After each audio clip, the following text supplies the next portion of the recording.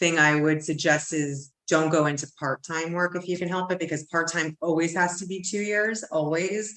Don't go into like a self-employment, that has to be 2 years too. But if you get a job where you're getting a salary, you can use that within like 6 months. So there's different ways around, but there's certain things that are kind of a dead in the water.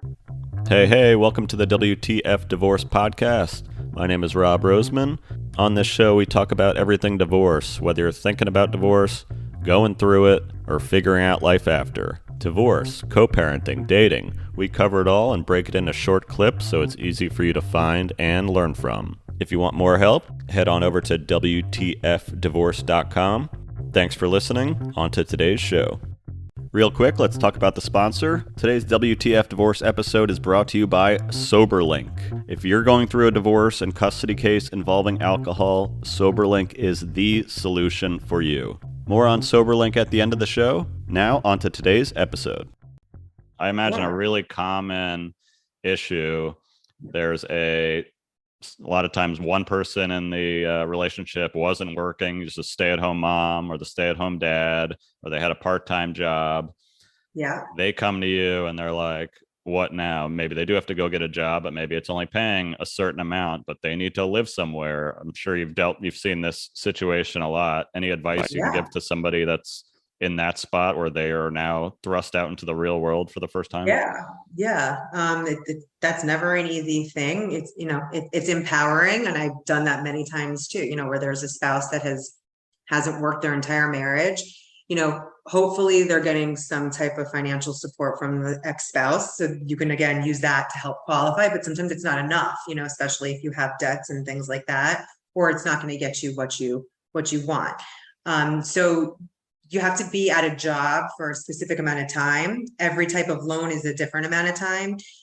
The number one thing I would suggest is don't go into part-time work if you can help it, because part-time always has to be 2 years, always. Don't go into like a self-employment, that has to be 2 years too. But if you get a job where you're getting a salary, you can use that within like 6 months, So there's different ways around, but there's certain things that are kind of a dead in the water, like dead on arrival, and that's self-employed and part-time. You have to be 2 years. So would you even suggest somebody like go get a full-time job, even if it's for 6 months, so you can get this mortgage, and then if you want to go do your dream thing, or will that affect the mortgage? No, I mean, once you close on a mortgage, there's not like the police following up to see what's going on after, like post-closing, so no, I mean, you're free to do what you want at that point, but give yourself at least 6 months, a year, even better, to have like a full year of a W-2 or a tax return, will help. A lot of times I'm doing, if you're lucky enough to have somebody that can be a non-occupant co-signer for that spouse, you can have zero income, I don't even put anything on the application, but let's say mom, dad, sister, brother, uncle, it has to be a family member. If they co-sign with you, you can do that, and you can use all their incomes to qualify. So I do that all the time too, just to get you in the door, and then come back to me once you're working, and we can qualify you on your own, and we'll refinance that co-signer right off the mortgage. And it's just like a temporary situation to just get you out of, your situation. That's great to know. This is a clip from my conversation with Julie Rodkin Grushoff.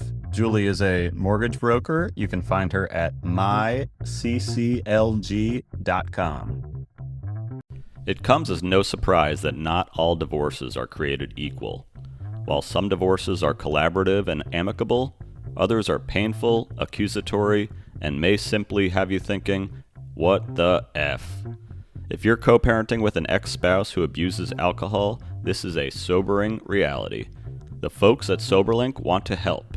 Soberlink's alcohol monitoring system is the most convenient, reliable, and reasonable way for a parent to provide evidence that they are not drinking during parenting time.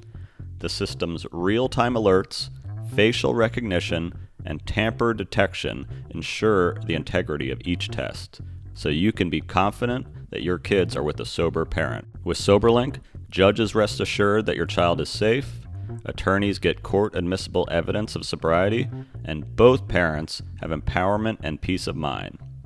The WTF Divorce community is here to help shed light on the fact that whatever you're going through, you are not alone. If Soberlink is reaching you at the exact time that you need it, visit www.soberlink.com/WTF to sign up and get $50 off your device. That's www.soberlink.com/WTF. Thank you so much for listening, and if you found this content valuable, here are 3 ways we can help give you more. 1. Go to WTFdivorce.com and enter your email to get the newest content. 2. Share it with a divorced friend who you think it could help. 3. Leave us a 5-star review so we can bring you more conversations like this.